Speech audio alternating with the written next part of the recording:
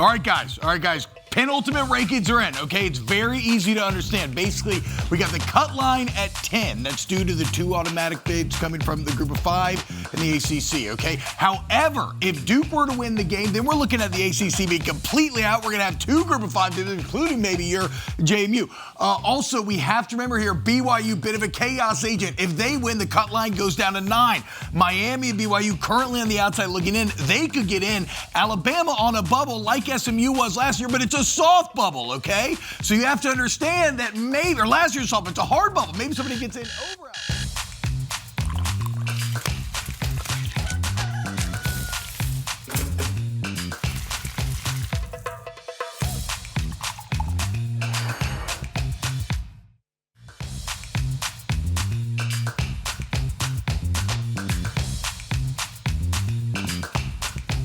What's happening, y'all? Welcome in. It is Wake Up Barstool. It's Wednesday. It is myself, Brandon Walker, Emo, Connor Griffin, and KB Kyle Bauer. What's up, boys? How we feeling today? As we can see, the sport that we all love, college football, very easy to understand. It's going into this final week. Very, very simple. And I don't know why we haven't talked about it yet. It's very simple. The main thing that matters here is head-to-head. And that is why Texas at 9-3 is ahead of Vanderbilt at 10-2. That is all that matters. Yeah. Now, if you move just a couple of rankings higher, you get to Notre Dame, who has the head-to-head victory over Miami. That's why Notre Dame is 10 and Miami is 12. Yeah. Well. Yeah. Sure. Yeah. Exactly. And that makes complete sense. It's in no way contradictory whatsoever. Number 10 and number 12 have the same situation as 13 and 14, and they use completely different logic on both of them. It's crazy. It's crazy, T-Bob. What has Oregon done to be at number 5? I don't understand why they're getting so much leeway. Why are they ahead of A&M and Ole Miss? Why is A&M ahead of Ole Miss? Well, Brandon, you also forgot last year, idle teams couldn't move. This year, idle teams can. They're just dancing all around. What? They're... Hunter Yurchek can't lead Arkansas. Why is he leading this? So, okay, I think there's 2 conversations that could be had here. One is about the absurd nature of the system we've created and critiquing its strengths and weaknesses. The other could be meeting that absurd nature where it's at and laying out what's actually at stake this weekend. I think we have to have both, but which would you rather have first? Yes. Yeah. I agree. I'm saying, do we want to get into like, okay, this is all stupid, but within the realm of stupid, here's what's actually at stake? Because like I was joking about in that cold... Let's just be great big crybabies for a while and complain about last night. Well, okay, so complain away then. Start away. So yes, we'll complain about the system first then. Could I just say one thing about that too? Just the sense that last week we had Yurchek getting on there and making 6-7 jokes. Last night we get on there and he's just essentially refusing to answer any question that Reese Davis had, where he's like, yeah, we'll evaluate next week. Yeah, next week we'll see what happens. Next week we'll see. Like, it would be nice to know if there is a little bit of a plan. Connor, did you know we were going to be on live national TV today? Yeah. Did you forget to do laundry? No. I'm wearing a nice sweatsuit that I guess a lot of coaches could wear if they went to Penn State. But I just wanted to wear it. Showing love. Oh, this is an advertisement to No. It's not necessarily an advertisement. It's cold outside, and I want to rep my team. It's a little bit of a hard time right now, but I wanted to wear something that was both it would fit the weather, but also at the same time show my love for the university that's so great, and more people should recognize that. At this point, it feels like you got that off the heavily discounted rack. Yes. Like, when something doesn't sell for an entire season, and then all of a sudden, like, we got to drop it at 50% off. It goes on the rack right I've had this for a while. I've had this for about 5 years. I did get it when it was the official sideline gear. I don't think you understand. I'm not saying that it's literally discounted. What I'm saying is that sweatsuit has been on offer longer than any of the other sweatsuits that coaches around the country have already gone to rush to buy, and yet there's no purchaser. I think the main thing with this new college football playoff rankings is the fact that Oregon is getting a lot of flack for being at 5. But if you do look at the strength of record, they're top 5. If you look at the FPI, they're top 5. Strength of schedule, they're top 20. Yeah. Their only sin is losing to Indiana. Yes, they don't have necessarily a great marquee win now that Penn State didn't turn out to be as good as everybody thought. It's a function of the Big Ten in some ways. But, Oregon's fine at 5. I don't think – look, I think that – As far as this system goes, it highlights once again just how stupid it is that we've created a system that is just not infected with subjectivity, but literally almost built entirely on subjectivity. And it just creates fertile grounds for nonsense and for massaging things however you want. Like people want to act like there's codified rules. There's not. Like last year, they didn't ding SMU for losing a conference championship, so you can't do that. Well, you actually probably could. Last year, you had softer, viable candidates outside of SMU, right? There's a lot of 3-loss SEC teams. This year, you have an overabundance of candidates. So watch out, Alabama. Like Alabama right now, 5th in the SEC out of the top 5 teams. They can maybe get in, but if they lose to Georgia, and all of a sudden, the team that they beat, the biggest kind of gem on their resume, they've now lost to, you have multiple other teams lining up right outside of that top 10 that could potentially have arguments to get in over them, even though they did nothing this weekend where Alabama had to play Georgia. So reality is reality. What you just said is very correct. If we're going to have a system where we pick them with a committee, we're going to have wildly different swings from year to year. Last year, we didn't have enough seats, or we didn't have enough people to sit at the table. We had probably 9 great candidates for a 12-team playoff. This year, we got 15. Yep. This year, we got 15. Now, I do, as we go forward with this thing, whether it's 12 or 16, we do need to identify the rules that we do have and say, are they the best rules for determining the national champion? Is it smart to make sure there's an automatic G5 spot every single year? It's a question that needs to be asked. Is it smart to make sure we have a spot, an automatic spot for every Power 4 champion or for 5 conference champions? Not every conference is made equal. There's a 5-loss champion, or there's a 5-loss team playing for a championship this week that could ruin this whole thing and either put themselves in, or you get 2 G5s when I'm not sure 1 G5 should be in it. You know whose problem this is? You know who caused this problem? The greedy SEC. When they decided to do realignment, make these super conferences that are too big. We had the perfect system for this playoff. 5 regional conferences. Sure. You would get 5 automatic bids from the Pac-12, the Big 12, the Big 10, the ACC, and the SEC. You'd probably get your auto bids from the losers of those championship games. Or not your auto bids, but you're at large, and you'd have 2 extra at-large spots to dish out how you please. But people got greedy, and now you have to reap what you sowed. You killed the Pac-12, and now you have the system, and now you have to either allow Tulane or JMU in, or both, or just you just got to deal with it. So I agree with what you're saying. The quest for money and the super conferences is a bad thing. Killing the Pac-12 was a bad thing. 5 conferences, if there's going to be 5 major conferences, would have been better for this. You're right. Everything you just said was right. That doesn't solve the problem of now a potential of a bad ACC champ or 2 G5 teams taking spots when Vanderbilt at 10-2 isn't going to have room. It's going to be a weird year. It's going to be. Life ain't fair. I'll agree with that. Okay, because I still want to talk about. I would go the other direction, Brandon. I would go almost all automatic qualifiers, right?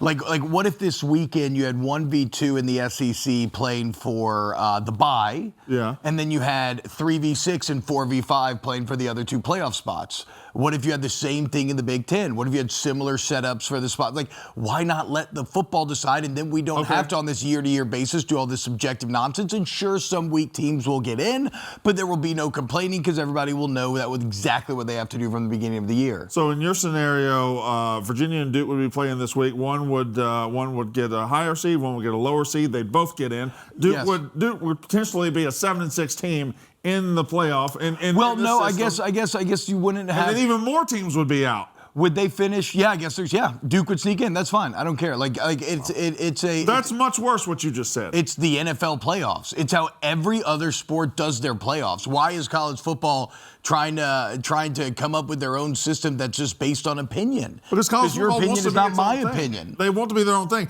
and it isn't perfect yet. It's not perfect. It is better. I still think it's better than. It's certainly a far cry from 30 and 40 years ago when we were having bowl games and the 2 teams at odds for a national title might not even play each other. It's a far cry from the BCS when we were just guessing. It's a far cry, but it's not perfect yet. It's fun to complain about. Ultimately, we're all just kind of kicking this thing around when Ohio State's going to kill everybody. Now let's get into some of the hypotheticals here, because like we talked about, because the 5 college conference champions are going to make it, and at least 2 of those teams will be out. It will be lower ranked than top 12, right? you're really looking at the initial cutoff spot being at 10. So who's outside of 10, right? You have BYU and Miami right outside of 10, but that means that you also have Alabama at 9 and Notre Dame at 10 right there on the bubble. If BYU wins, okay, all of a sudden that cutoff spot becomes 9 because Texas Tech will still make it and suddenly BYU is going to enter the mix.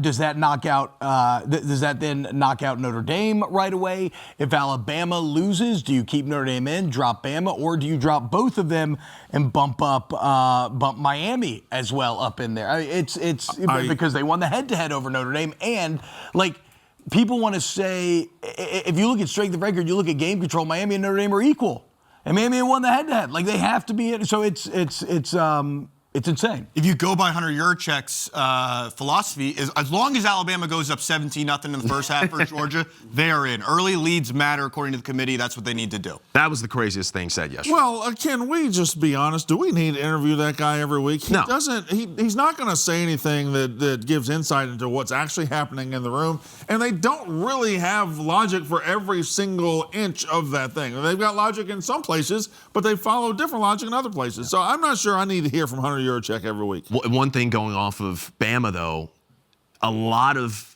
their pathway to making it in, it does come down to whether or not they get shellacked by Georgia on Saturday, because people have already pointed out, well, the committee already set the precedent last year that you could lose your conference game with SMU and still be in the playoff. But SMU only had 1 loss coming into conference championship. Yeah, and everybody else trying to get in had 3 losses. Exactly. Now Bama, if they were to lose this one, especially if it's an embarrassing fashion, they'd have 3 losses. You have Texas right behind them with 3 losses. You have Vanderbilt with 2 losses. I don't think it's a guarantee that Bama is locked in because, the precedent is not there. Well, T-Bob said it. T-Bob said it, that we assume some of the things they did in year 1 are precedent. There is no precedent. There's no. That's year my 2. point. There is no precedent. There's no. Well, last And they year, changed the rules, so they already changed the rules. There are no rules. Yeah. That's why this is fertile Our ground. bets are falling off. That's why this is fertile ground for just making it up as you go along. Every week we look to Yurachek for consistency, but the entire design of this system is to highlight inconsistency.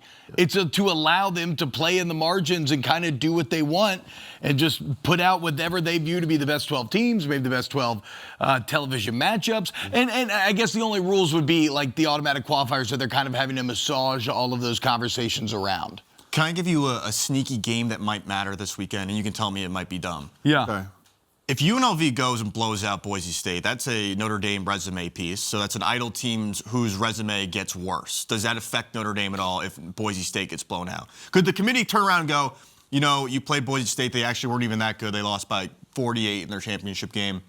We're going to move you down behind Miami now because your totality of your resume is now worse. How about so who's in for sure here? Because I want to get Ohio State. Maybe.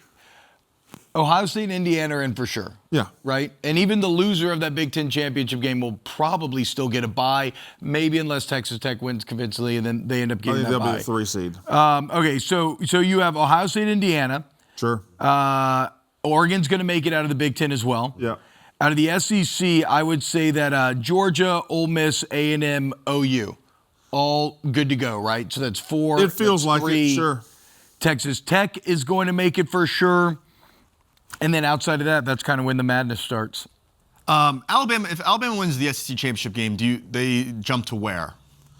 So I think Georgia goes to I think home playoff game. No, I think they squeeze them into the bye spot. Really? I think they squeeze them into the bye spot. I just have a hard time believing that the SEC champ would not be one of the 4 teams they try to reward. So what? You slide Georgia down to Ole Miss's spot, Ole Miss down to. I think you slide Georgia. Spot, I think you slide Georgia down to 5.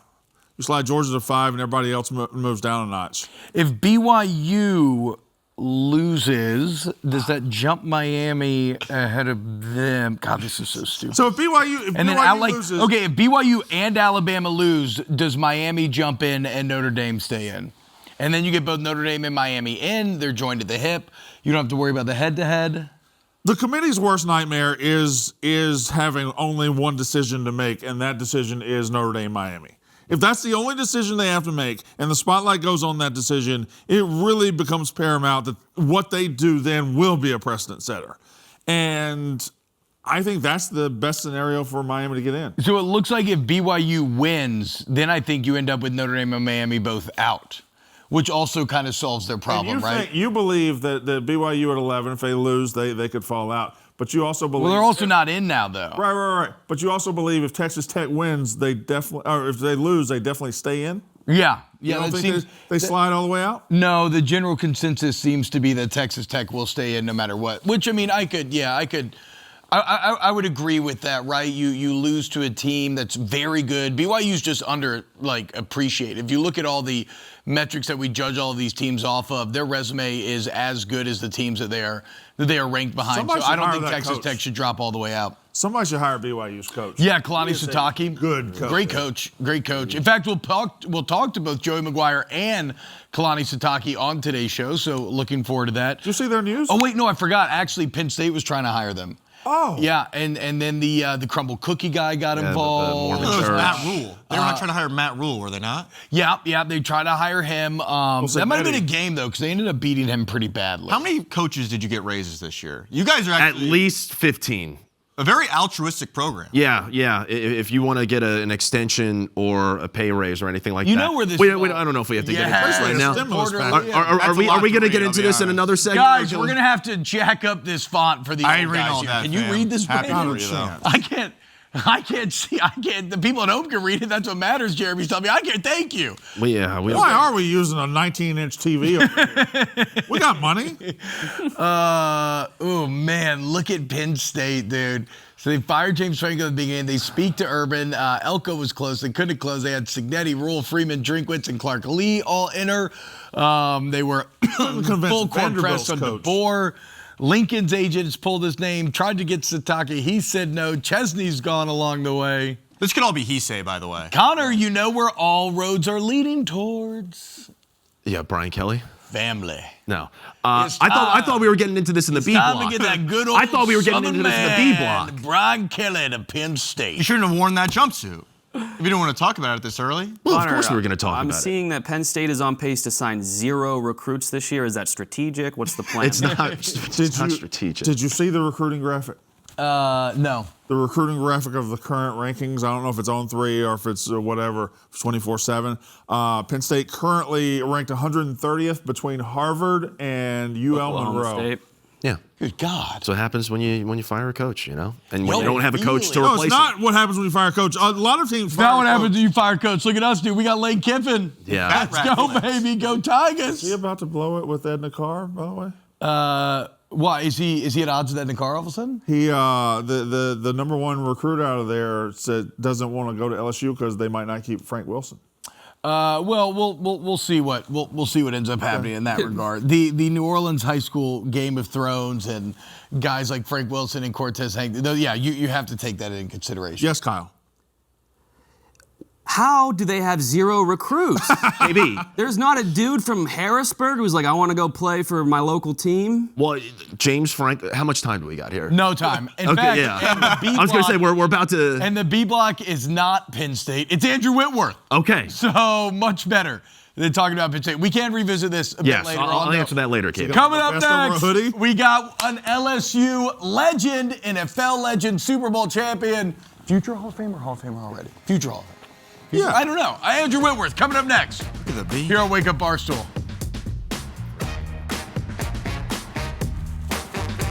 What's happening, y'all? Welcome back to Wake Up Barstool. It's Wednesday, and what a pleasure. I get to talk to one of my favorite players ever and a fellow LSU alumnus. That is the legend, Andrew Whitworth.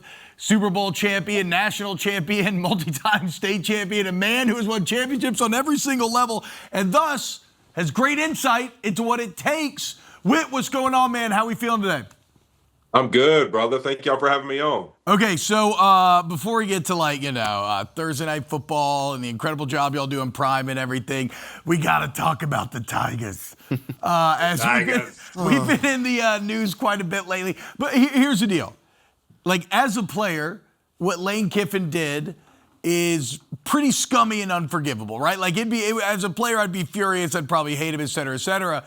As a fan, I'm kind of incredibly excited that he's coming to coach LSU. How have you parsed or worked through this Lane Kiffin saga? Where are you at with Kiffin and LSU right now? Yeah, I think we all need a shower, that's for sure. But I think that it's one of those things that I hate it for the kids at Ole Miss, and I hate it for that experience. Same thing you just said. I mean, you'd be livid if you were there going to school and this whole situation. But at the same time, I think the reality of this is college football world we live in. I mean, kids are going to be making decisions to transfer schools here soon and in the portal process. And that's kind of the world the players live in now. But also, I think really we're really debating over something that's, really more of a calendar thing than something that's new, right? And in the sense of because of why it's happening right now, he's leaving this team in the middle of a playoff hunt. That's the only real reason that people have a reaction to it, because coaches have jumped ship and taken better opportunities and left universities that the reality is there was kids there that signed to go there, that play for them, that they promised they'd be there, that they left forever. This has been going on for a really long time. And now only recently has it entered a world where players get to do that and go other places. And so I think that unfortunately we've let college football get to this point, and the calendar and really the government body of really things going on. That's the situation we're in, and it's going to happen more often until we stop it. And that's just the true reality. As much as any of us don't like it, as much as it's disappointing, it's sad that really Ole Miss loses their coach with a chance to go compete in the playoffs, and at the same time, you can't blame people who go take better opportunities other places, because the players can do it, and so can the coaches. Hey, pretty exciting though, isn't it? Let's go, Lane. No, Offense is back. On the LSU side, we're just jacked up, right? We got the guy, he's here, and we want to go win. And hey, listen, I came to LSU. I was going to Florida. I was going to go play for Steve Spurrier. And this guy named Nick Saban got the head coaching job at LSU, and he came in for a hot second. He was here for 4 years. All right, he took the deal, got on the plane from Michigan, came down to LSU, won a national championship, and guess what he did? Hey, I love Nick to death. He took a check and went to go coach at the Miami Dolphins. Yep. That didn't work out. He went to Alabama. We know the rest of the history. So the reality is this has happened with coaches before, and we're, hey, at LSU, baby, we want to go win. That's what we want to do. Andrew, Brandon Walker, the #1 college football media personality in the world. Good to meet you. I do have a question about the NFL. You were in Philadelphia on Black Friday for the Bears and the Eagles. That game, the Bears, to me, have been a cute story all year long. They've had a nice record, but all of a sudden they go on the road to Philadelphia. They lay the hammer down. They run it down the defending Super Bowl champs' throat. Did the conversation change on the Bears last week when they did that? Yeah, I really do think so. I think that going into that, I don't think any of us really knew what they really were, just because you look at their schedule, you look at some of the ways they've won games. We've seen that with other teams across the league, where when they've kind of had some of these late game heroics, how much do we really know about them? But I thought really the physicality that they play with in this football game, showing up front, this offensive line has performed well all year. But to go do it against that group, who we just saw the Lions not be able to move the ball an inch against them, to go do it with the physicality they did. Jonah Jackson, Darnell Wright were absolutely moving Jalen Carter in this football game, and they were running the football at will. And if you can go do that against a team that we put in that upper echelon, I think, to me, they've entered a conversation now where teams are really saying, all right, how good are they? And I think that they're going to get to have that measuring stick, because lo and behold, that's how the league works, right? You show you're a talented team, here comes your biggest challenge, and they're going to play the Packers a couple times over the next few weeks, and I think we're going to learn a lot about who the Chicago Bears really are. Andrew, on the flip side of that, I'm a big Eagles fan. Eagles have a lot of problems going on right now. Richard Sherman was on the broadcast saying that the offensive coordinator, he's not it, all that type of stuff. What have you made of the Eagles offense and the struggles that they're facing, just all the turbulence that they've gone through this year? Yeah, I think it's amazing in sports. I don't care what level we're talking about, what confidence and belief in yourself can do to a team. And you look at it, what they were last year, the momentum they had going, it was unstoppable. Being able to get Saquon on the ground, be able to stop this running attack. Nobody could possibly find an answer. I mean, my DraftKings account loved him. But I would say this, that it's one of those things. The second that disbelief entered, the second that, hey, you know what, we're trying to figure out who we are and how we run the football, and the little things change, and you lose some guys up front, and now it's like they can't buy an explosive run right now. They can't figure out a way to get this run game going. I thought, in the same token I just said about the Bears, the Bears had not been that great at stopping the run all season. And in that game, I thought, man, all right, this is their op. Like, you just lost against the Cowboys. Like, you're about to come out here pissed off, and we're about to run the rock all over the Bears. And for them to still not be able to get it going, to me, that tells me that it's just an issue. And this is not something that looks like, to me, it's going to get fixed. And this Eagles group has lost confidence in themselves. And I think they're searching for what their identity is. They've started to run a lot of spread here recently, kind of change things up. And none of it's really leading to them winning, which makes you only start second guessing yourself. Yeah. So, Andrew, I think what Connor was trying to say is that I know you're probably happy with your job right now. You do a great job at it, but are you in any way interested in being the head coach at Penn State University? Stop. Wait, you seem like a great guy. You seem like ask him. You seem like a great. I did not say that. Might as well, dude. Everybody else. You've asked everybody else. I have not asked everybody else, and we have not asked everybody. Wait, you seem like a great guy and a great football mind. He hasn't said no. You know what? No, that would be. You got to say you're interested. If you say you're interested, you'll get a huge contract extension. So Yeah. You're interested. Add him to the list. There you go. I got to play the game a little bit. I understand. Whit, tomorrow night in Detroit, two teams that are seemingly heading opposite directions. That may be a bit unfair to the Lions, given that it's really been just like they win, they lose, they win, they lose. But the Cowboys right now, ever since the trade deadline, the old Wildcatter, Jarrett, he's hot. Quinnen Williams comes in, feels like the defense got a little more frisky now. Winners are 3 in a row, whereas the Lions suddenly at risk of, well, it feels like falling off entirely in that NFC North. How are you scoring this one? Y'all do an incredible job on the production. I know you're putting in a ton of prep. Where's your belief at with these two teams? Well, I just think that when you look at this game, obviously Detroit, right, their ability to bounce back after losses, this is what they do. I think they won 14 in a row or something like that after a loss, coming off of a loss. So if you believe in that and you believe in that trend, then, you think the Detroit Lions should win. And they're at home, obviously a place they play great and have an awesome atmosphere. But here's where the matchup problem exists for them, is that this team, the Dallas Cowboys, they got a lot of belief defensively since Quinnen Williams has come back, has entered the lineup in the trade. It's really been different. The energy they're playing with, the effort, they're flying around, they're finishing it on defense, and then on offense, man, you got to deal with making some decisions. Do you want to stop CeeDee Lamb, George Pickens? They're going to split them apart. They're going to put them on two different sides of the field, and you're going to lean to one, and they're going to throw to the other. And then this run game has been a big surprise as well. To get Javonte going, this O-line is starting to form into one, especially in the interior with Tyler Smith and Booker. That looks similar to some Cowboy O-lines we've seen in the past. Have been able to go be physically dominant. You watch those guys play, Jalen Carter and some of these guys over the last few weeks. It's been really impressive. So I think the problem exists for Detroit, that this matchup, what does Dak do? He loves man-to-man because he's going to throw it to one of those absolute aliens he's got on the outside. They love the ability to run play action. They're running the football well. Detroit's going to play nothing but man coverage and give you those opportunities. And Dak has been one of the best throwing in the tight windows, making aggressive throws and giving his guys ops. So this one's going to be a challenge for Detroit because it's not schematically, it's a team that can really take advantage of the things they like to do, because one of the problems for Detroit, all that man coverage, they haven't been healthy on the back end and they haven't been able to create pass rush. So I think that for Detroit to win this one, they're going to have to score some points because I think that Dallas has got a chance to go in there and be really successfully on offense. Now, looking at the NFC, Whit, and maybe the Panthers loss notwithstanding, your Rams have looked damn strong this year. I mean, I don't know what's up. Like, Matt Stafford just gets better when he gets older. I thought we were told he had a broken back, right? Like, it was supposed to be a massive question mark all offseason. And then look at him now. McVay is hot as ever. Those goal line packages with Devontae Adams creating him, just putting people in a blender. Are you at all surprised with how good the Rams have looked? And would they be your NFC favorite right now? Yeah, T-Bob, you know better. Stafford was just working some strokes down on everybody, like, hey, listen, I'm a 9 handicap. You got to give me 4 aside. He was just trying to get some sympathy points. He was swiping that vet card. He was on to chill during camp a little bit, dude. Just, he just wanted to miss camp and hang out with the girls some, you know what I mean? He wanted to hang out with those little girls of his. But listen, you know what? It's been impressive. I think it's one of those groups that you start to say, I was always really excited on the Sean McVay era, what they would look like when they finally got drafts back and they got the opportunity to go draft and build and develop. Because if you think of his era, really when he got there in 2017, everything was about bringing myself and other veterans in, trades, going and getting select players that he wanted to come there, that he kind of identified fit the culture, fit the narrative, fit everything that he wants to build in the Los Angeles Rams program.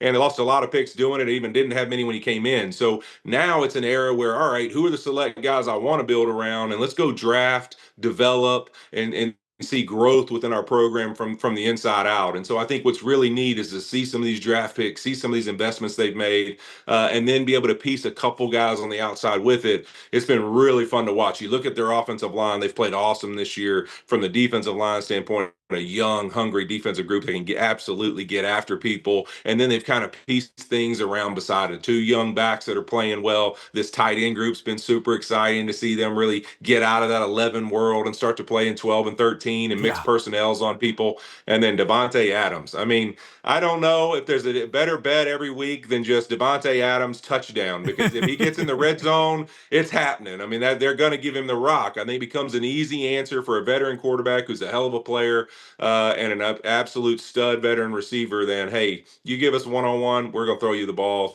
and we're going to score a touchdown. So I think when you look at them, they just are, when you think about the word balance, they got a lot of those things. They can play great defense, they can run the football, they can throw it with Matthew Stafford, and he's played out of his mind. They're a really good football team, and obviously, health, as we all know, in the NFL these last few weeks, what teams stay healthy, what teams get hot. I think this is one of those seasons, I don't care who it is at the top. Tell me the hottest team, because I think anyone's beatable. I think everyone's kind of on a similar plane up there. It's just going to take who gets hot in the playoffs and makes a run. I can sit here all day and pepper you with NFL questions, Whit, but unfortunately we have to go. I cannot wait to watch Cowboy Lions on Thursday Night Football. As I said on Prime, y'all just do a fantastic job. I mean, the quality of the insight, the quality of the coverage, even things like Prime Vision, super fun to watch if you want that kind of end zone view. But thank you so much, man, and have a great call tomorrow. Hey, appreciate it, fellas. You have a great one. Yes, sir. There it is. Walter Payton Man of the Year, All-Pro, Super Bowl champ. I don't think he wanted to go to Penn State, Connor. Andrew Whitworth. I don't think anybody wants to go to We'll ask the next few guys, too. It's okay. We can get to it, yeah. What about Billy Napier? Hey. Have you talked to Billy yet? He's available? Yeah. All right, coming up next, Griff-Ins and Outs. Connor's time to shine. What about James Franklin? Stop. We should go to James Franklin. Where'd he, oh no, he went to Virginia.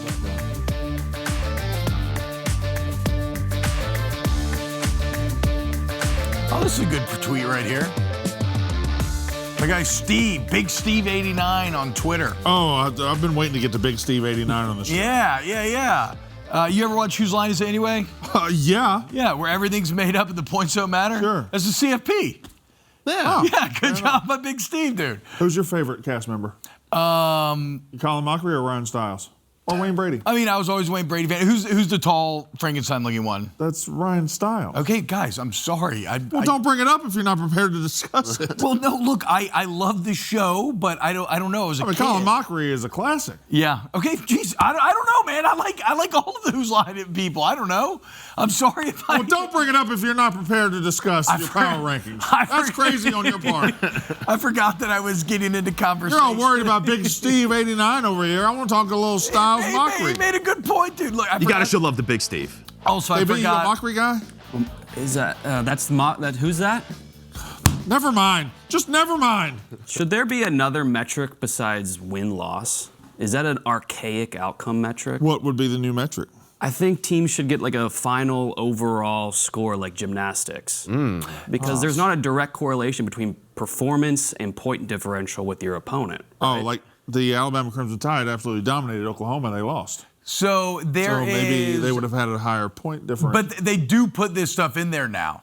Like the CFP will cite things like game control and strength of record. I mean, I guess strength of record is somewhat win-loss based, but it's also trying to judge off how good the team is viewed to be, what the average is. So I don't know. Shout out Ryan Stein. I like KB's idea, and we need international judges, a judge from every. All right. Griff-Ins and Outs. Connor Griffin. Every single week he tells us what we're taking into the week with us, what we're leaving behind. What do we got this week, Connor? Thank you, T-Bob. My first in, it's got to be the Dougie. Why? Teach me how to Dougie, Brandon. I've been very critical of Brock Purdy, but he scored a touchdown last week against the Browns. He gets it to the end zone. he just hit the Dougie. And I don't know, George Kittle loses his mind. It was a pretty cool moment. I don't know, he was hitting. Oh, wow. It wasn't bad. Look at George Kittle in the background. And then you had George Kittle in the press conference saying, God forbid a white guy get a little motion. And I kind of agree with that. I thought the Dougie was dead, but it's kind of back now. I'm going to say, God forbid the white guy get a little motion is out. We've seen it too much. It was great when they said about Baker earlier this season. I feel like that's the fourth or fifth time. You think it's overplayed? Maybe wait for T-Bobs and outs. Griff-Ins and outs. That's what we're doing. We're it's debatable. Tennis ball back and forth here. Brandon, why don't you just worry about Colin Mockery? Okay? I am. That's all I'm thinking about. Why don't you hit the Dougie real quick? I can't hit the Dougie. Okay, what do we got next, Griff? What's out? Well, the white boy who does not have motion right now, unfortunately. Ebo, you're going to hate this. My next out, it's 9. The alter ego of J.J. McCarthy. It is getting trolled to no end. Mm-hmm. You had the official NFL Twitter account coming out and trolling 9. They put out a tweet of Matthew Stafford. We were just talking to Whitworth about the Rams. They put just a 9 caption next to this. Every single time a quarterback in the league has a bad performance, they Photoshop his face onto J.J. McCarthy when he's making that really psychopathic face in the locker room. It is not a good look for 9 right now at all.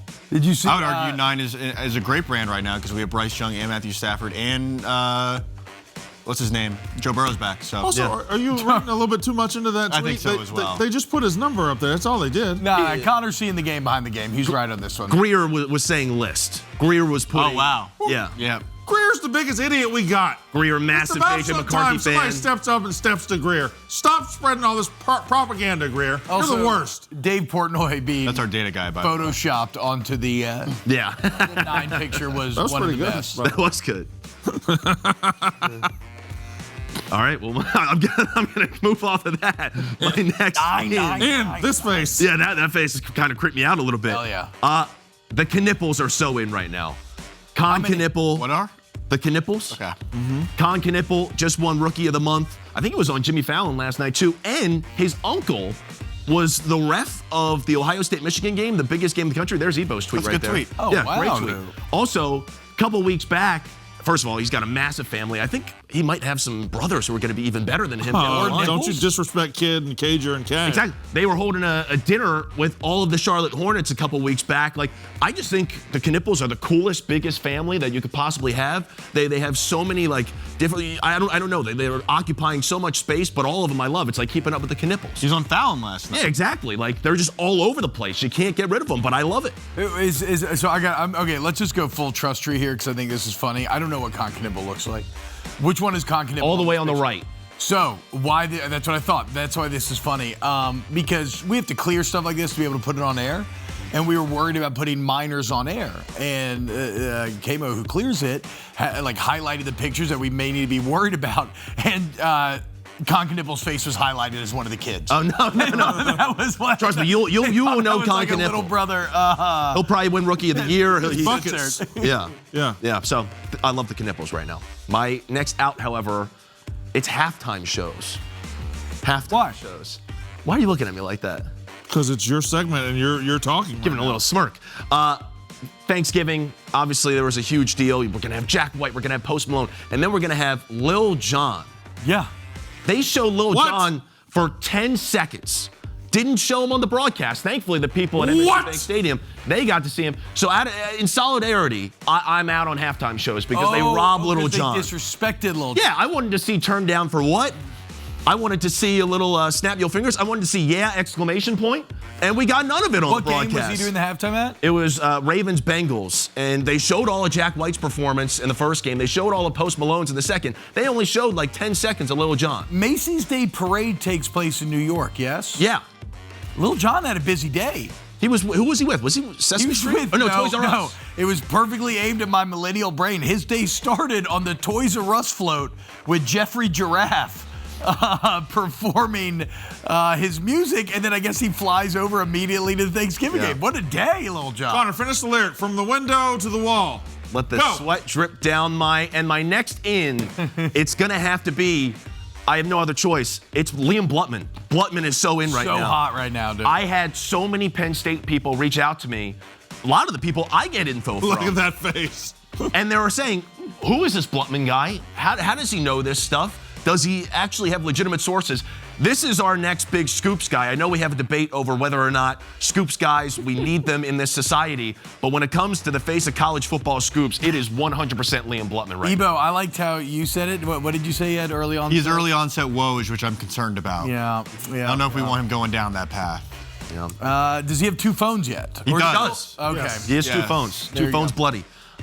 Related to this, though, my last out, it is, I mean, it's crumble cookies. Got to be out on crumble cookies. Now, why would crumble cookies be out, Connor? Of course, Penn State football was looking to potentially hire Kalani Sitake, take him away from BYU to be Penn State's next head coach. The CEO of Crumble Cookies, I did not realize was a BYU guy. He voices public concern, like, we got to keep this guy. I'm going to do everything in my power. Other people got involved. The Mormon Church gets involved. BYU is able to offer a counteroffer to Kalani Sitake that he then keeps, and he accepts. He's going to stay at BYU. And now Penn State, after being the laughingstock of college football earlier in the year for losing to UCLA and Northwestern, is now the laughingstock once again because we lost out to Crumble Cookies. That's the joke. It's unfortunate, but I'm out on Crumble Cookies. I can't do it. Look, I can't would do it. say there's no shame in losing a monetary battle to the Church of Latter-day Saints. Yeah. Like, they got a lot of assets under their management. pockets go deep, son. We do need a working list of brands and universities and who's affiliated with who. Sorry. There's no way Mormons are allowed crumble cookies, right? I think it's all they got. 120 grams of sugar. Yeah. But I mean, it's like a dirty 900 soda. calories. They can't have a mimosa or some head, but they're allowed crumble cookies. No way. More Wake Up Barstool coming up. Great job, Connor. Better job. Welcome back to Wake Up Barstool. Every Wednesday, we've done the Wise Men. Why should or should not this guy win the Heisman? Well, we are here at the end of the race, Brandon, and it looks like the picture is starting to take shape. Yep. Brandon Walker's Wise Men, what's in the docket for this weekend? There are 3 golfers left on this course. Yep. Okay, there are 3 golfers. They are Fernando Mendoza, Diego Pavia, and Julian Sayin. That is who we are focused on. Jeremiah Love looked like a couple weeks ago he might get there, and then just kind of tailed off because they played a nobody. They played Stanford Like last Notre Dame's week entire schedule. and couldn't do anything. Jeremiah Smith just hasn't really stepped up and been that guy yet. So we've got a 3-horse race. Mendoza, Sayin are playing this weekend in Indianapolis for the Big Ten Championship. Now, conventional wisdom tells me that the winner of that game, the quarterback, is winning the Heisman Trophy. I don't like when it comes down to a team game, a team against a team, and we give the individual award based on that. Yeah. Because Diego Pavia is sitting there having gone 10-2. He's going to get shut out of the playoff. He went 10-2 in the SEC, and his numbers dwarf both numbers of Sayin and Mendoza. However, they both went 12-0.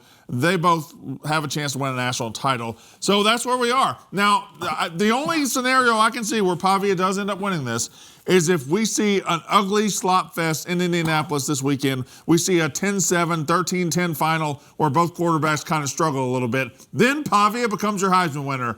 But in reality, I think Julian Sayin's about to throw for 300 yards, 4 touchdowns, and be the 2025 Heisman winner. If he did that against that Indiana defense, that would be insane. But the Heisman should be Diego Pavia, and it's not close. If you put Pavia on this Indiana or Ohio State team, they would be even better. There's not a bigger gamer. I mean, sure, maybe he's a bit more mistake prone, but would he be if he had those receivers to throw for? Like, there's not a player that makes I don't think. Whatever. I've stated my case. The numbers speak for themselves. Dragging Vanderbilt to 10-2 is much more impressive than what I've seen out of Mendoza and Sayin this year. I think I disagree that you could drop Pavia into Indiana and Ohio State and be better. Julian Sayin is so sharp, so accurate, and so everything. He's built perfectly for what he's got over there. But I know you couldn't drop Sayin and Mendoza into Vanderbilt and go 10-2. Yeah, I believe that. He is very uniquely positioned to be everything and to be the leader. He's the emotional heartbeat. I can't say that Sayin's the emotional heartbeat of Ohio State. I can't say that about Mendoza for Indiana. But I can say that Diego Pavia is every single thing for this Vanderbilt team, and that is very special. Well, we'll see if it gets him a Heisman. Also, only one of those guys came on Wake Up Barstool. It's true. That's right. The Heisman push is on for Pavia. Yeah. Well, yeah, honestly, he's making his rounds. Well, his numbers the last 6 weeks were insane. Insane. And people didn't notice until like last week. KB, I'm sorry, but it looks like running backs are dead. Running backs are dead. The year of the 5 over. What do you think? Like, what could Sayin have done better? Well, okay, actually, I want to get to that, and we get to that a bit next hour, because that's a very fair question, and maybe we'll win this weekend. All right, coming to the next hour, number 2. Let's talk some NFL football, guys.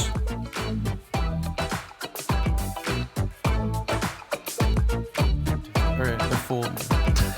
Sorry, babe, I didn't know it was your turn. Yeah, there we go, Brandon Walker. Just Austin Powers lines, guys. We don't talk about Austin Powers enough. What's going on with Mike Myers in general, actually? I don't know. So I Married an Axe Murderer was a great movie. It was. I remember watching it on Comedy Central as a child. Had a heck of a career. Made a lot of Shrek money.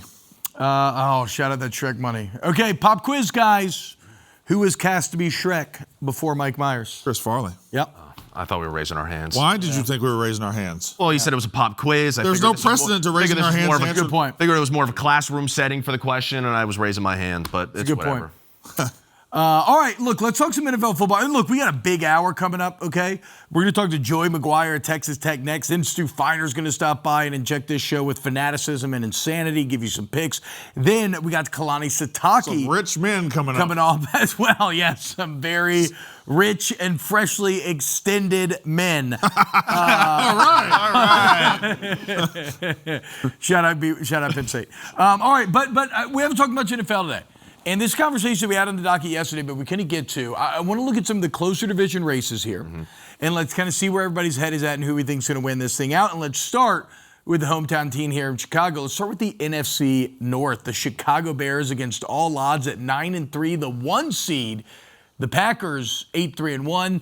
Lions, in my mind, are just not even really in it at 7-5. But Bears-Packers going to play this weekend. And to me, when I look at this game, this meme's been a bit overused this fall, it feels, but I think it's appropriate here. It's the John Daly Tiger Woods meme, right? But I want to take it a step further, where I think the Bears have a little bit of an advantage right now because they have no expectation. Their fan base, their team's at the best time that it is to be a fan when you're on the rise, you're outperforming expectation, everything is golden, everything is good, whereas the Packers have nothing but expectation. The pressure's on them. They're tense. They're brittle. I would have agreed prior to the Eagles game. I think the way they won that Eagles game on the road on Black Friday changed the expectations for the Bears. I think it made everybody realize, oh my goodness, this is actually real, really real now.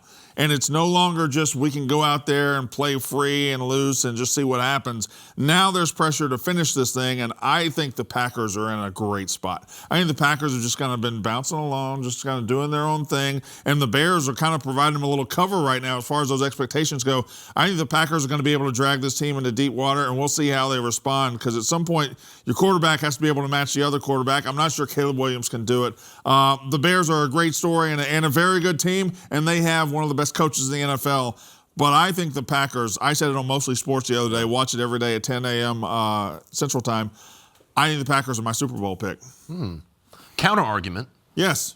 The Bears do have a brand of football that translates very nicely to playoff winter weather. Late December, January. They're the best team in the league when it comes to rushing the football. They're the best team in the league in terms of taking it away. Yeah. So the defense is forcing turnovers. The offense is then bleeding clock and not giving it back to the opposing offense, and they have an identity that is very formidable. They stuck to it in the Eagles game, and you saw just how effective it can be, and it's not going to matter. If you're going to be an opposing team coming to Chicago late in the year, I don't know. It's going to be really tough to beat the Bears. One worry about the Bears, a lot of their success on defense is turnover margin all the way. Is that a sustainable model for winning football games? It is over the long term of the season, right? But you get in a playoff game and all of a sudden those turnovers aren't coming. What do you do? Yeah. Well, I mean, that's why I rushed to check Jordan Love's picks just now, right? He's thrown 3 on the year, right? Are you going to be able to force him? I mean, Byard's been incredible. He leads the league right now, but are you going to be able to force a Packers team to make mistakes here?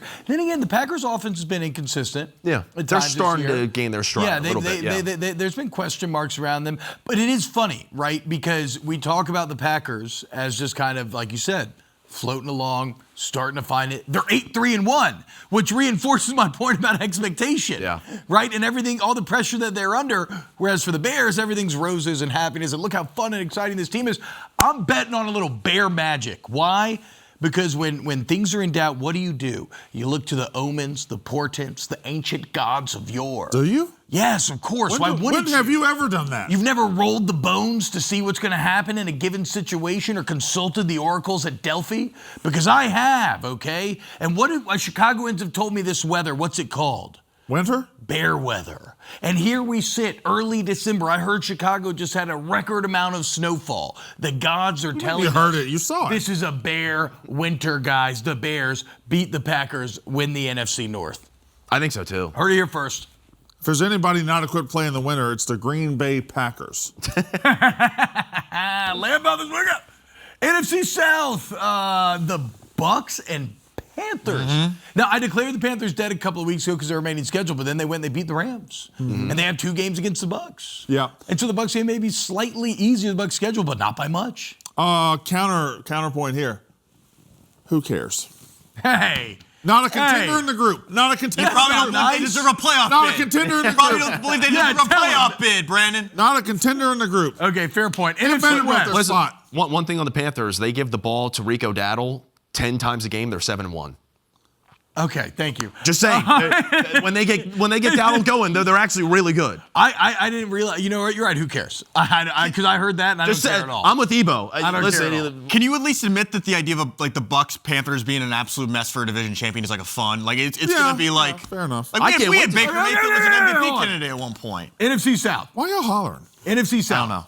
I don't know. 3 teams here, right? You got the Seahawks. NFC West. What did I say? South. My bad. NFC West. Gather yourself, man. I just got too excited talking about the South, I guess. No, so NFC West, you have the Rams, you obviously have the Seahawks, and then even the Niners, who another team that's just like somehow overcoming a million injuries. They're still in it. I think I'm going Rams here because they have 2 games against the Cardinals left. Yes. Like that is the deciding factor here, though all 3 teams very capable, very good. Even though actually, I mean, Seattle, I keep going back to the fact that Seattle barely lost to LA, almost made a game-winning field goal, and they threw 4 picks. Like they may be the better overall team, but the Rams obviously play more mistake-free in that game. The 49ers, though, they're 9-4 with all the injuries that they've had. Now they have a late bye, and then they come out of the bye, they get the Titans. I don't know. 49ers might be on the come up, but at the same time, I still don't know about Brock Purdy. Still don't know about him. How long will it take when do you get know to about Brock Purdy? him, dude? It's like I in don't year know. 6. I still don't know. What's it going to take? Listen. Man's gone to a Super Bowl. KB, you're nodding your head. You agree with that? Not with Connor, no. When you're looking at an NFL team in the playoffs, I think you really have to go off their quarterback. And is he a winning playoff quarterback? He's certainly more so than Sam Darnold. Brock Purdy is. Without a doubt. But not more than Matthew Stafford. No. So this is the Niners schedule: Titans, Colts, Bears, Seahawks. That's not easy. That is Titans is easy, brutal. but then Colts, Bears, Seahawks is a pretty rough 3-game finish. We shall see. We shall see. Those 3 of the 4 are at home. Rams are the most Good sound discussion team. right there, boys. Rams are the most sound team. Damn fine discussion. Seahawks are a bit more turbulent, and then the 49ers, they might be finding something out. We Right? really churned that one out. We shall see. I think That's all you can do. you can obviously That's all you can do is watch the games as they play out. Our job is so stupid, you could just sum it our entire jobs up like that. Yeah, well, no, we'll see. Yeah. Gotta let the games play out, dude. Gotta Yeah. watch the ball. AFC North here. This one's kind of like the South. I don't know how relevant it'll be, though. Maybe the This one's Ravens easy. change this. It's the Ravens. Yeah, it's the Ravens. Even though Lamar's playing terrible right now, worst football he's played in half a decade, I don't care. It's the Ravens. But the Ravens are playing bad, but you still have that belief. The Steelers, there's nothing redeemable about the Steelers. There's nothing fun to watch about the Steelers. There's nothing likable about the Steelers. There's nothing that you look at and say, wow, if they can just tweak this one little thing, they're going to be great. With the Ravens, there is that. The only thing I'd push back on is I like Darnell Washington. That's a tight end. Yeah, but he's so big. So you're saying a tight end? A run blocking Yeah, but tight he's end. so big, dude. He's just so big. Like the Darnell Washington highlight's still my favorite of the entire year. Be your point, Stan. There's a crazy stat on the Steelers. I'm pretty sure they're like 0 for 32 in their last 32 passes of like 10 plus air yards or something like that, or 15 plus air yards. They have no vertical passing game. There's like you said, nothing redeemable about the offense. But you know what? We'll see. All right, so I think Ravens there. Now, what You don't about think the Bengals even have a chance? They're just dug too big a hole? No, they're done. What about the AFC South, guys? And I've been hammering the Colts This is But a now shockingly good division. I know, and now you got suddenly Daniel Jones has a leg fracture he's playing through. The Jags have won, I think, 3 or 4 in a row. They're up to 8-4. The Texans are alive as anybody. Maybe should be the favorite here. I'm worried that the Colts are going to look back at that Chiefs game where they had the knife poised above Mahomes' heart and they couldn't push down, and that's going to be that's going to decide their season. It feels like the Texans to me. Yeah. This defense is just absolutely going out there and killing folks. And I feel like the Colts, they're like a pony that got out to a big lead in the Kentucky Derby, and the pack's coming back to them, and they're going to pass them. They're out of gas. It just feels like that. Might be wrong. But to me, this smells like Texas. The Texans have used their 2 Titan lifelines, though. Yeah, they have used their 2 Titan lifelines. They don't have those remaining. So yeah, they do have the Raiders left though, and the Cardinals. They got the Chiefs and 2 other playoff teams left. Okay, CJ Stroud coming back. I guess we'll see. I guess we'll have to see. Dude, you know? It's a real. We'll have to see. Yeah. See how it shakes out. Okay, so Colts and Jags, they'll decide it on the field. Yeah. Oh, That's brutal, though. Oh, my God, the Colts are done. That's a rough one. Colts offense has been sputtering. It doesn't seem like they're going to have an easy road ahead me at the all. Jags? I don't Tell like me it. they I don't lose their like last it. 7 games. Give me the Jags here. I love this little animation that we're doing in between. Yeah, shout out Connor. We're calling that animation? That's just No, it's a flipper. It's like when you're, like at old airports. We'll see. we'll have to see. No. God, Jets, Titans for the Jags. Okay, no, final vote on see, like, AFC busting South. the Final boys. vote before we go to break. I said Texans. I'm saying Texans. Connor, you don't have to raise your hand every I'm time. going Texans as well. All right. Take Jags just so. Also, one more game for the Jags to win to send Stephen Shea to the Super Bowl dressed as a Jaguar. Oh, true. Shout out, chaps. All right, coming up next, guys, repeat guest, Joey Mcguire, coming on the program talking Texas Tech fresh extensions and a big wheel. Wait, if we have both coaches, You can't curse. we can't curse. We're going to win, dude. Look at us. Shout out.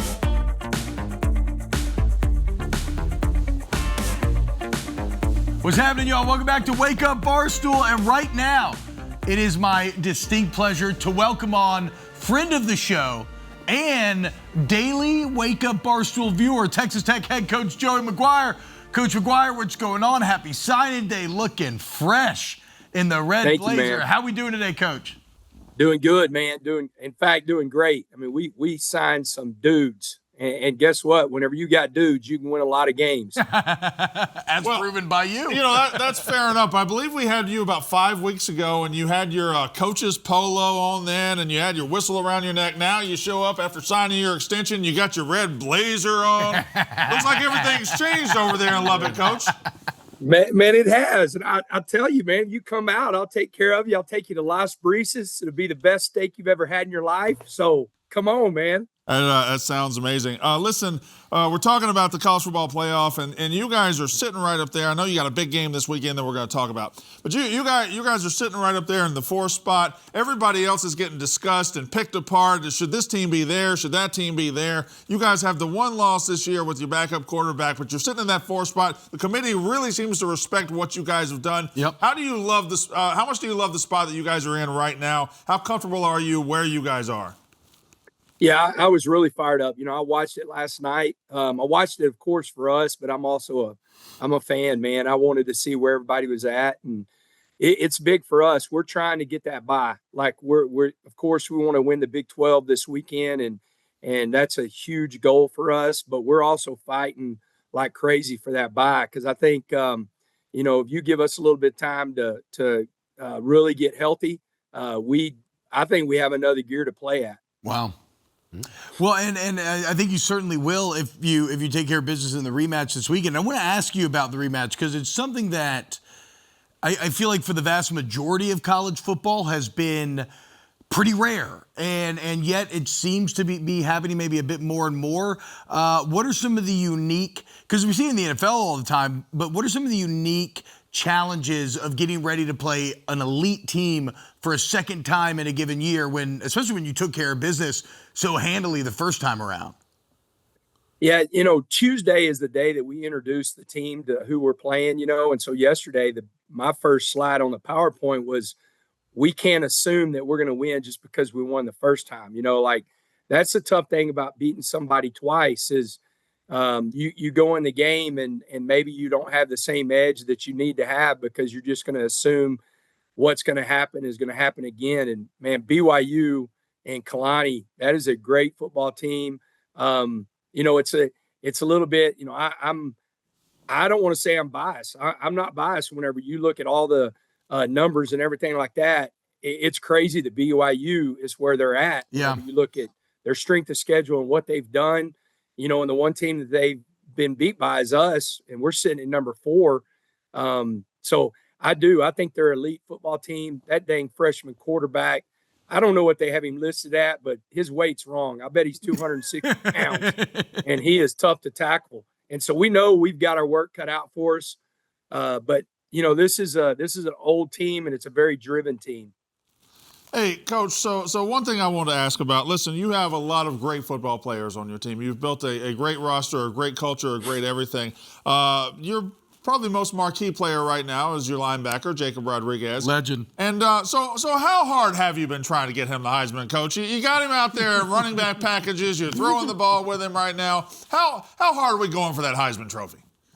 Yeah, we're pushing, man. We've got him. He was on Big Noon. We flew him and his wife out to Cincinnati for that game. That was awesome that they did that for us. And I just think it's important, y'all have talked about it. There's not that one person out there at the quarterback position, which is always seems like that's always the Heisman, the person that's winning. There's not that one guy out there. I mean, I know y'all had Pavia on the other day. Man, I'm voting for that guy. Like, I don't think he's getting enough talk whenever you're talking about a couple of other quarterbacks. I mean, you got to look at the stats and what these guys are doing. I mean, he won 10 games, and I think he's got more yardage than a couple of the quarterbacks that are really the favorites. Yep. When I talk about our guy, he's doing stuff that hadn't been done before, and he's doing it at a really high level. And what that is he's creating turnovers. I mean, if you rank who's created the most turnovers, he's got more created turnovers than a lot of teams total. Wow. This is why I love this guy, because most coaches would have answered that with coach speak. Yeah. Most coaches would have been like, yeah, we're just going to go out there and we're going to see, we're going to let it fall. They're all great players. Joey Mcguire just tells you the actual answer. I appreciate that about you. And to Thank you, brother. Support, and I'm getting this from David Hale's ESPN piece, but to support Coach's assertion about BYU here. Here is Team A, okay, number 6 strength of record, 14th in game control. Best win is versus 11-28. Lost to number 5. 4 wins against the top 40. 5 wins against teams that finished 7-5 or better.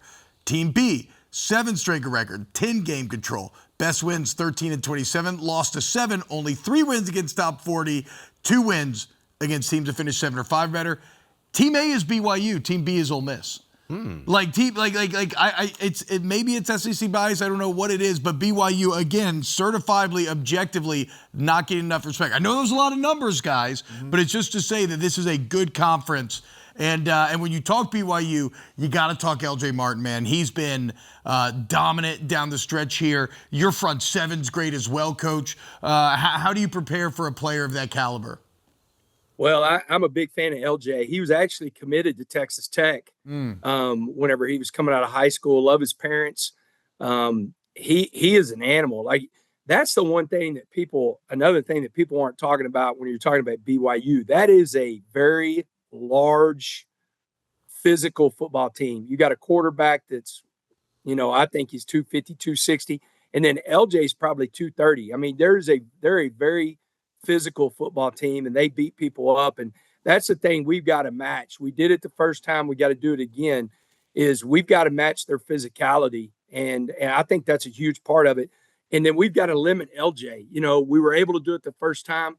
I mean, it's hard to do it with a caliber running back like that. But I always tell our guys, man, make sure they know whoever we're playing that they're in a football game, that we're going to hit them at every position. I know they'll do the exact same thing. I said it the first time we played them. I think this is one of the best football matchups in college football this weekend.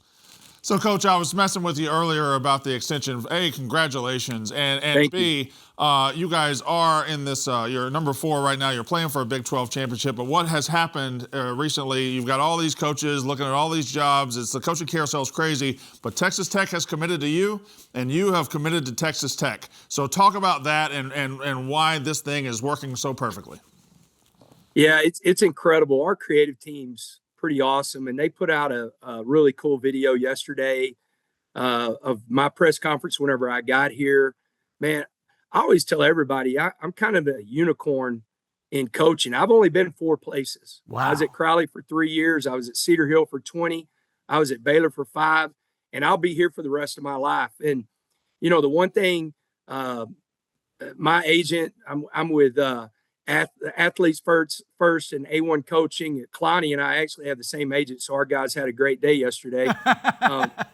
But whenever they call me, I tell them, guys, I better not hear my name from y'all anywhere. I don't want to go anywhere. I'm at my dream job, and I hope I don't die tomorrow, but I'll die in this place, man.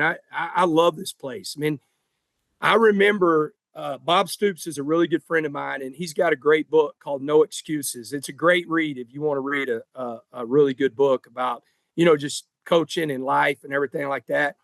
One reason he never left OU is because what's a better job? And what I've got to say is, what's a better job? I've got an incredible AD that played college football. We have an incredible facility. And then, man, Cody Campbell and the Matador Club, we're sharing at the highest level. So in the world that we live in today, whenever you're talking about how do you win games and get players, this is the best job in the country. So why would I ever leave it? And Coach, speaking of how to get players, and congratulations, signed today, signed the #1 class in the Big 12. I want to talk about your general manager, James Blanchard, a little bit here. Somebody who, you know, a lot of these GMs still, it hasn't gotten to the NFL level where they're known household names, but this is a guy who turned down offers from Notre Dame and multiple other schools trying to poach him away. He chose to stay at Texas Tech, believes in what y'all are building. What role does a guy like Blanchard play when you have so much going on the field? The calendar's insane. Like, what are his responsibilities like and the impact he has on things like recruiting and everything? Yeah, Blanche, it's a really cool story, man. I mean, this dude, you talking about a self-made, he would be a great guy to have on, guys. You talking like, his story is absolutely incredible. He's a guy just on the side. He's working at a warehouse, and he's sending out all these coaches. This is like 10 years ago. He's recruiting, doing a recruiting service on the side. What? And Matt Rule finds him and hires him at Baylor. Then he takes him to Carolina, comes back to Baylor. And my wife and James Blanchard were on the plane when I got this job. And, man, he's my right hand. Like, the thing that I told Blanchard, and whenever he was being recruited by other people, is there's no place he can go and have the exact same power that he has in this building, because, man, he really is creating the roster. You know, he works with all the coaches and everything, but James has final say. The only guy that can tell him no is me. Damn. James has final say on who we're bringing in this building. And he and I, you know, work together so well that he takes a lot off my plate and a lot off the coach's plate to where we can coach football, where we can create the relationships in the building. And then, man, he points us in the direction to who we should recruit. He's got a great relationship with all these agents. They respect him a ton. And so, man, he's my right hand. I'm pretty sure, you know, there'll be a lot of other things come out of Texas Tech. Who else signed extensions? Because the one thing about us is, before they ever talk about my extension, they got to talk about my coaches and my support staff and everything like that. You know, those guys are a lot more important than I am. Connor, bad news. I don't think Joey's taking the Penn State. He's not taking the Penn State job. It doesn't sound like he's leaving for Penn State. But we'll have to talk to Kalani. Well, no, actually, I'm happy. Might have to be another show another day, man. I'm happy that you and Coach Sitake both got great extensions, and I'm glad that your agent had a great day yesterday. Yeah, I appreciate that, man. Hey, yeah, Coach, I know T-Bob will probably got to go soon, but can you tell me more? Can you tell me more about that steakhouse in Lubbock? Yeah, so Las Brisas, I'll put them up against anybody, man. Sounds amazing. Buddy Beach is, they've got 3 owners, Mark McDougal, one guy named Shaggy. That's another great story, man. That's another great story. Give it to us. And then I gotta go meet Shaggy. Yeah, you want to hang out with Shaggy. I mean, just the name tells you he's a fun guy. But man, those guys take care of us. We do a lot of events with them, and they cater for me every Thursday night whenever I have players over at the house. But I'll put them up against anybody. Well, what's your favorite cut of steak? I always get their filet with peppercorn crust. Oh my God. Medium. Man, they're the real deal. We got a couple of places out here. I'm telling you, though, the one thing about Lubbock, man, you can find some incredible hole-in-the-wall places to eat. Have I ever had a peppercorn crust? I don't know. I've never been with you. I do Pittsburgh style a What lot. is Pittsburgh style? They char the hell out of the outside so you get that crust, but like it's still like medium rare on the inside. It's great. I've never heard of Pittsburgh style in my entire life. But now I kind of want to try a peppercorn crust, Coach. And La Cruces. I'll try the Pittsburgh style. I've never done that, so I'll try that. Yeah, man, it's good. Hey, Coach, look, again, congrats on all your success. Best of luck this weekend. We still got the helmet, so badass. Sent us a ton of great gear. You're the man. Thank you so much, and congrats on everything. Good luck. Thank you, man. Wreck 'em. Yes, sir. Record Coach Joey Mcguire, legend of the game. Coming up next, another legend of the game, the source, Stu Feiner. Giving you some picks for this weekend. We are ready to roll. Who is it? It's too much snow.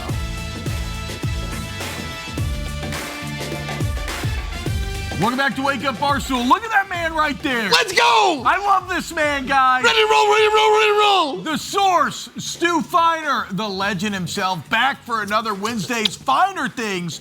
As he hands you out some plays. He gave you some really good plays last week. Stu, what's up, brother? How are we doing today? Everything's amazing. Feeling grateful, hopeful, blessed. Thanks for having me as always. Happy Thanksgiving to everybody. Post-Thanksgiving, I hope everybody's holiday was good. You saw the family, and you hugged it out with your loved ones. Yeah, also, if anybody hasn't watched the Sports Advisors Thanksgiving special, it's as unhinged as anything you'll ever watch, and as entertaining as anything you'll ever watch. And that's because this man right here. Stu, was your Thanksgiving good, though? You had a good Thanksgiving? It was great. You know something? I did not dump puke on my face. Yeah. I did not dump the food on my face. At the actual Thanksgiving, you're Correct. saying. Okay, that's and great. it was very mellow, but I still smelled Jersey Jerry's puke on my head as I dumped it. How long did it take to go away? You know something? Psychosomatically, I smelt it for days. Yeah, that makes sense. You know what I'm saying? When I saw the turkey and I saw the gravy, and Deutsch, guzzled the whole gravy, and then while I'm doing my promo, he's puking in a basket. It was out of control. So I might not be able to look at gravy and Deutsch the rest of my life without watching him just throw up violently. And then Hannah made some great catches. Ashley made some great. I threw Hannah a turkey leg, and she caught it. I threw Ashley like 3 buttons, like these rolls, at the speed of light, and she caught every one of them. So what was your, everybody was on point. What was the best thing you had on your actual Thanksgiving table this year? Sandy made these stuffing muffins. Oh. And they were crispy. Stuffings. But yet inside of them, they were soft and loving. The stuffing muffins were the best. Yeah. Unbelievable. Stuffings. And then I brought my neighbors, Pat and John Capone, with me to the show yesterday and today, so they're going to come watch Barstool Sports Buzz. So it's the first time in my 3 years coming here, doing the show in Chicago, I've brought people. So we went to the casino yesterday. Oh, man. We went to Labriola for lunch. Unbelievable. Best deep dish pizza in the world. And then we went to Alla Vita for dinner. Have you gone to Alla Vita yet? I've not.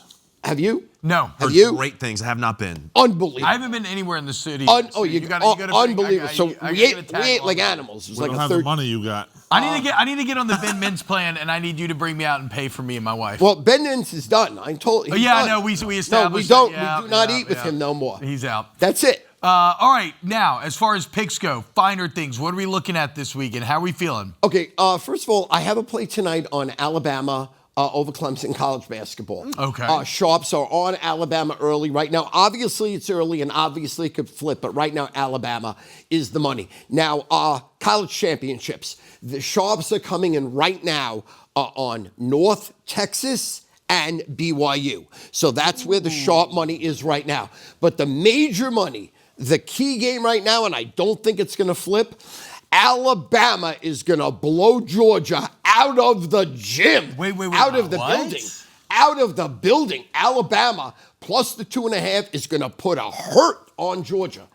All sharps are on Bama from day one. The minute this line came out, they've been betting it Sunday, they bet it Monday, they bet it Tuesday, and they bet it this morning. So help me out here, because I find this to be a bit interesting, because one thing about this Alabama team is it's not like they've been a dominant team that slipped up against Georgia. They felt pretty flawed this year. Like, all their offenses throw in the ball. They can't really run it. The defense is solid, but not great. Do you have any insight as to what kind of the Sharps angle is here?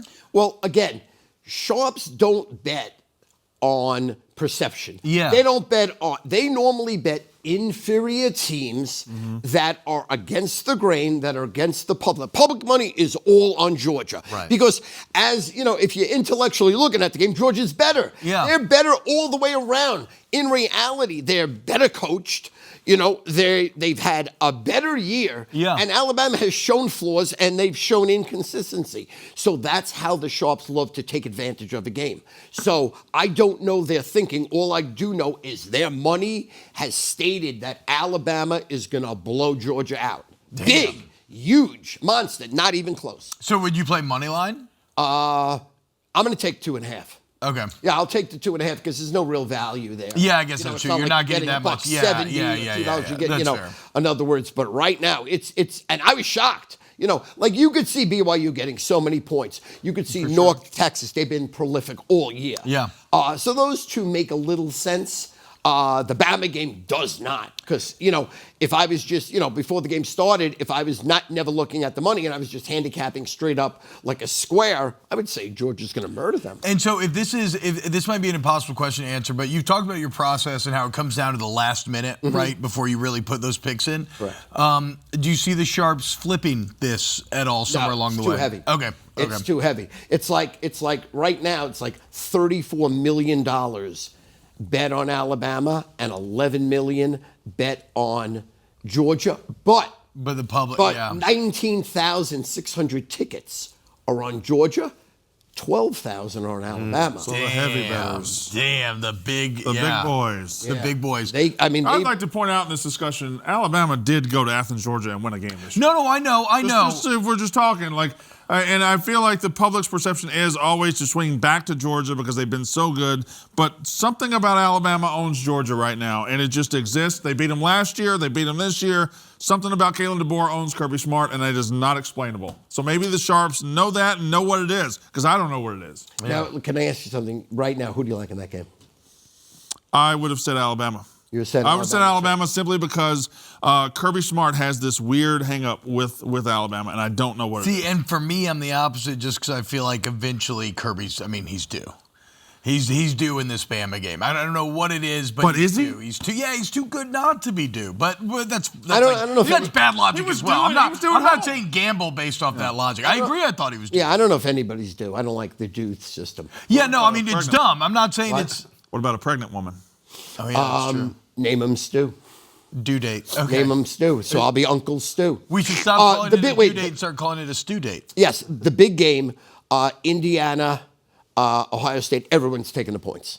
Sharps and public are all over the points. Indiana. Yeah, big, huge monster. And that scares me because, I want Indiana to win that game. I just don't think they can. I want Indiana to cover that number. I just don't think they can. I think, again, Ohio State's going to repeat, and then probably LSU wins the championship next year. How, some, who knows. That's right, Stu. $5 million to spend. That's right, Stu. Tell him, baby. Go Tigers. Do we have time to do this? Oh, yeah, real quick. Okay, 30 seconds on the way out. Real quick. Jeremiah Love, we love you. One Love. He sent me his Heisman Trophy packet. It's One Love, Jeremiah Love. Here we go. Look at this. And it's One Love, and these are mints. Oh. And then it says just beautiful things about Jeremiah Love, how he loves football, how he loves carrying the ball, how he loves representing Notre Dame, representing God, those are hands. representing his country.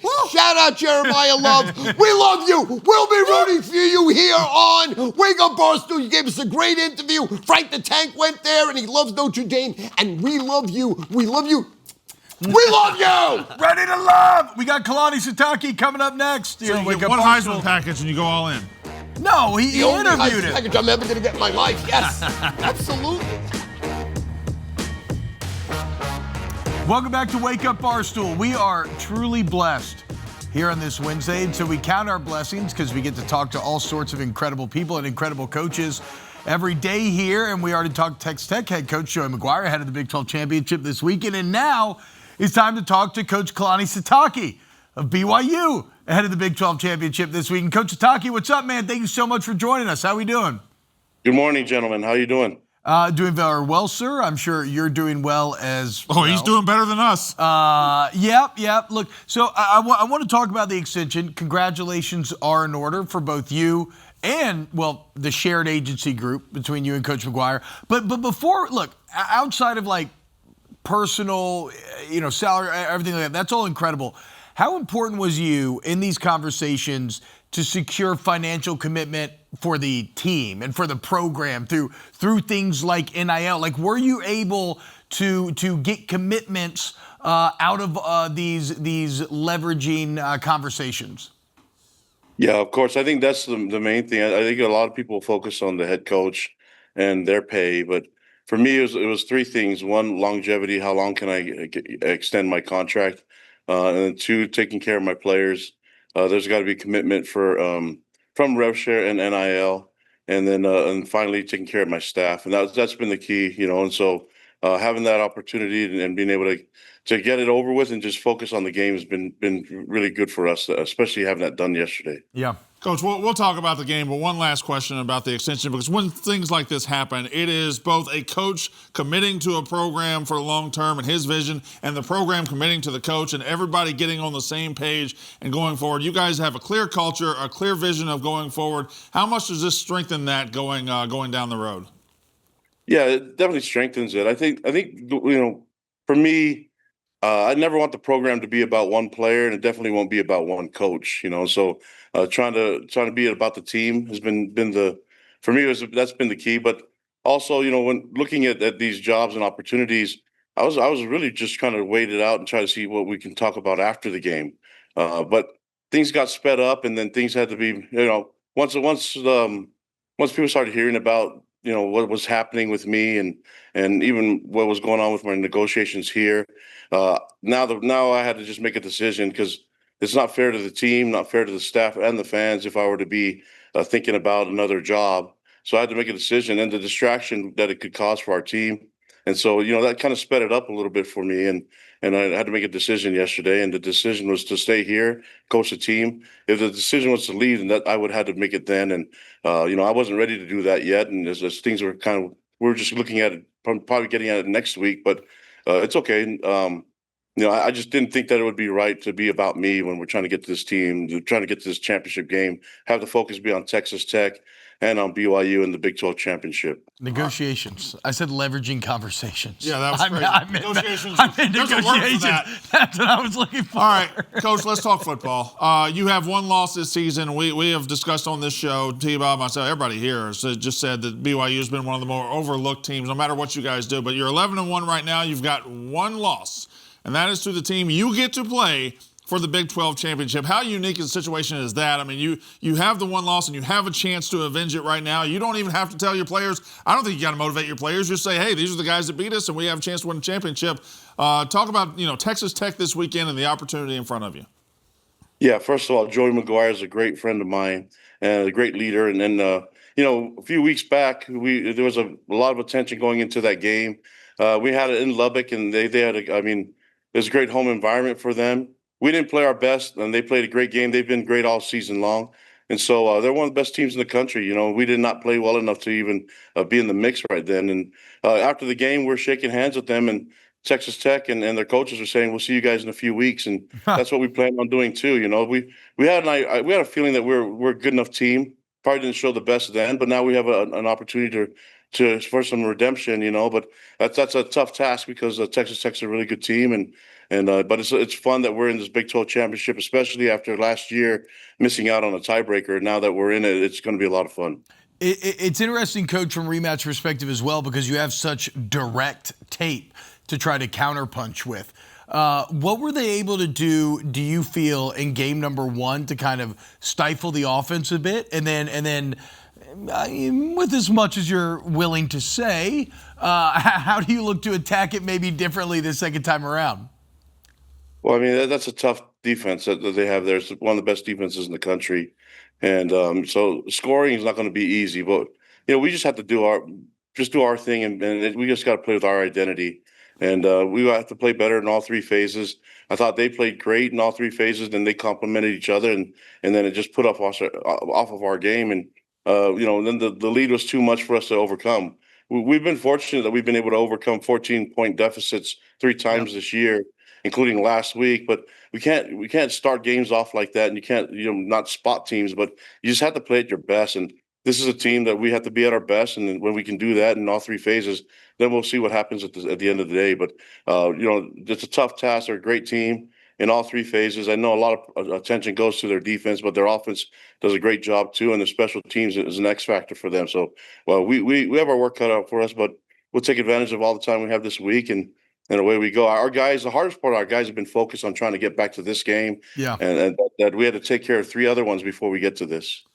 Coach, obviously the game is huge. It's gigantic, 2 11-1 teams. But how much are you concerning yourself, if at all, with the fact that you're currently number 11 in the playoff committee's rankings, and where you stand in that? Are you concerned with that at all, or is it all Texas Tech right now? No, we want to be about Texas Tech, but I said I wasn't going to campaign, but I have to be able to defend my team. Yeah. Last year we were 10-2, and we missed out in the championship game because of a tiebreaker. So I didn't really feel like I had much to say last year, especially because we were sitting and watching Iowa State and Arizona State playing the championship game. This year, it's like we're in a championship game, and there's teams that aren't playing that might move up and might move back depending on what other people are doing.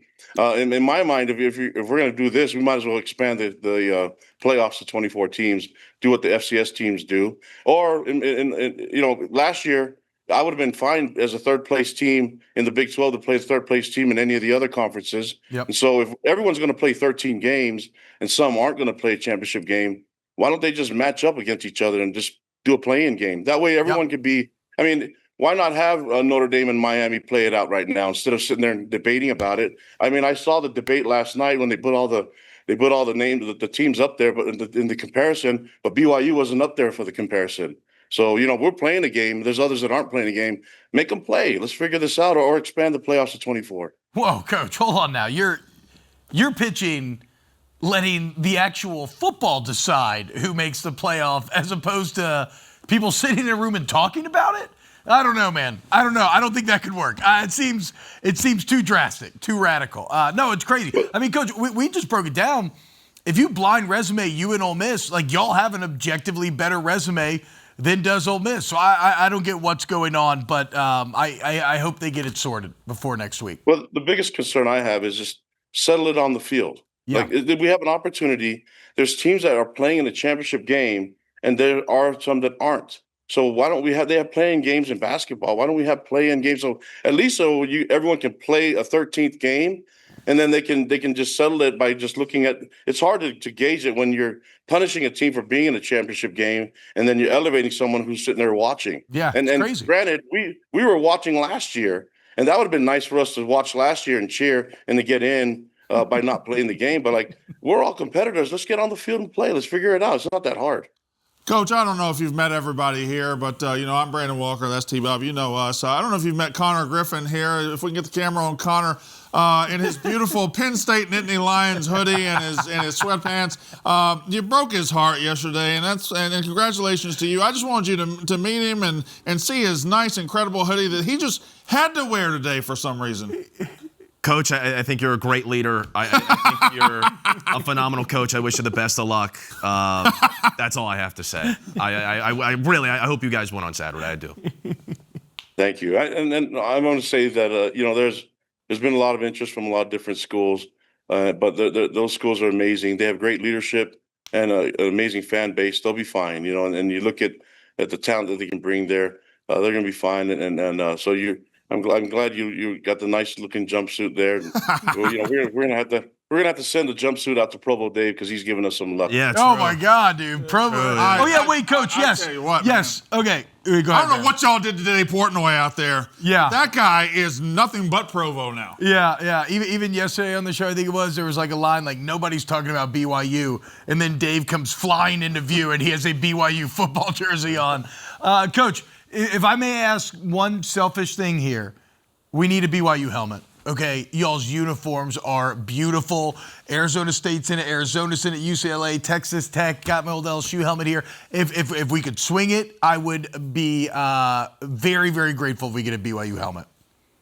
We'll definitely get you guys a BYU helmet, and then all you have to do is just have to be like Provo Dave. Just come by and visit us in the game and come see the environment. And next thing you know, all 4 of you will be wearing BYU jerseys. Hey, look, I mean, I've heard it's like one of the most beautiful settings in the entire country. I've seen it on television a ton. I would love to.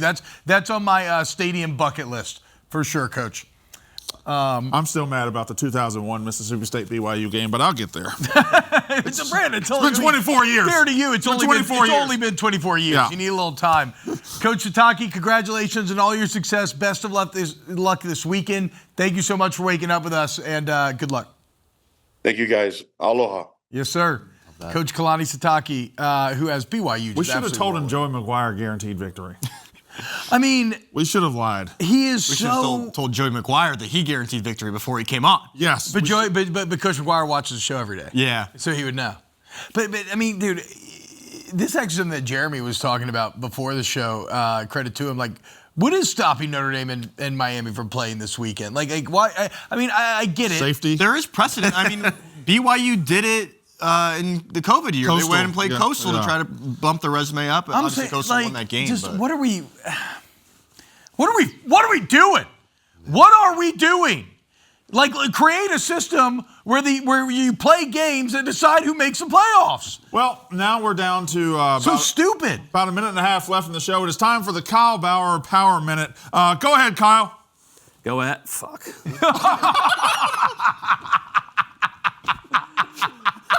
You guys got 0 recruits. I crumbled. Yeah, speaking of crumble, I bet Kalani Sitake 0 recruits, enjoying a bunch of crumble. They were always going to go with Franklin. They were always going to go with Franklin. How do you not get one? Not one? There's not a 0 recruits is crazy. That plays fullback? 0 recruits is crazy. It was 4 yesterday. I haven't seen the tally so far today. Yeah, they were always going to go with Franklin. That was part. You did tell me that.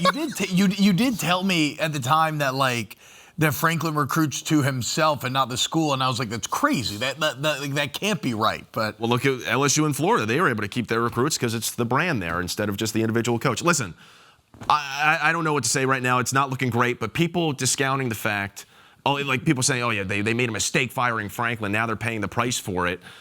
Two things can be true. You could be right in firing Franklin. You could be absolutely wrong in how you've attacked the search. Do we have to talk Penn State? Nobody else is. KB. Why do you keep bringing it up, Connor? KB, I'm sorry. I'm sorry to everybody at home. I'm sorry. KB, what you got? I hate to tell you this, but you have to erase the FCC streak that we had going there. Is that the record? No, 6s. I think twice we've reached crazy. 6. That's horrific. We can't get past 6. Yeah. One day, dude. One day. We run a freewheeling show here. Yeah. It's a lot of fun. I'm so depressed. It's a lot of fun, like I said. Hey, we love you guys. Great job, Brandon, Ebo, Connor, KB. Thank you to Stu and all of our wonderful guests. Excellent job, everybody behind the scenes, except for Carson. That guy sucks. We love you. We'll see you tomorrow on Wake Up Barstool.